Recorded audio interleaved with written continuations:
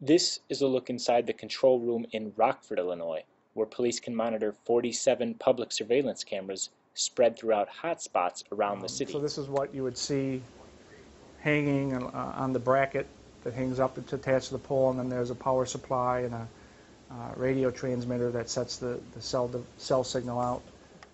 The latest generation of cameras can pan 360 degrees, tilt, and zoom in distances great enough to recognize a person's face or see something that's in a person's hand.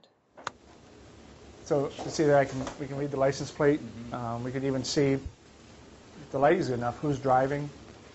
Rockford is one of thousands of departments across the country that have implemented surveillance systems into their policing. Systems can include anything from ultra-high-definition cameras to software that can read license plates and recognize faces to programs that can alert police to suspicious behavior. But the proliferation of surveillance has raised concerns about privacy.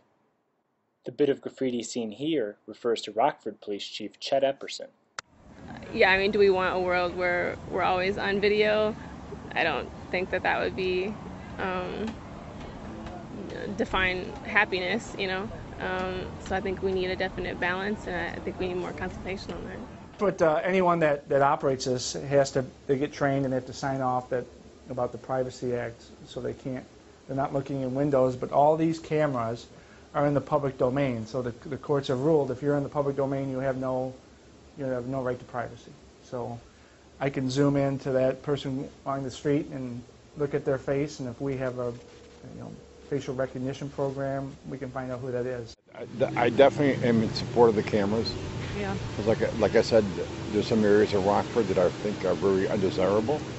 And, I mean, they're out to protect us. And I would feel more comfortable knowing that they're trying to do something to bring the crime rate down.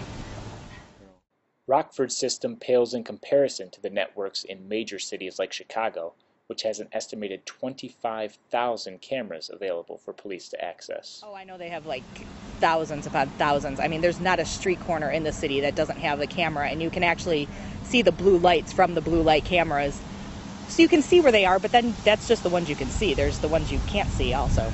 The suburban resident said she's uncomfortable with the number of cameras in Chicago, especially when it comes to red light and speed cameras. That is something that people should be doing and not necessarily leaving it to technology.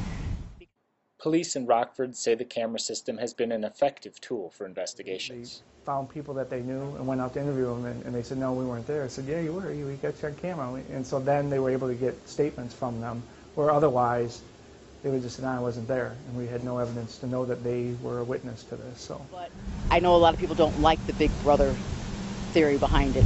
It don't really bother me because I don't think I'm doing anything wrong.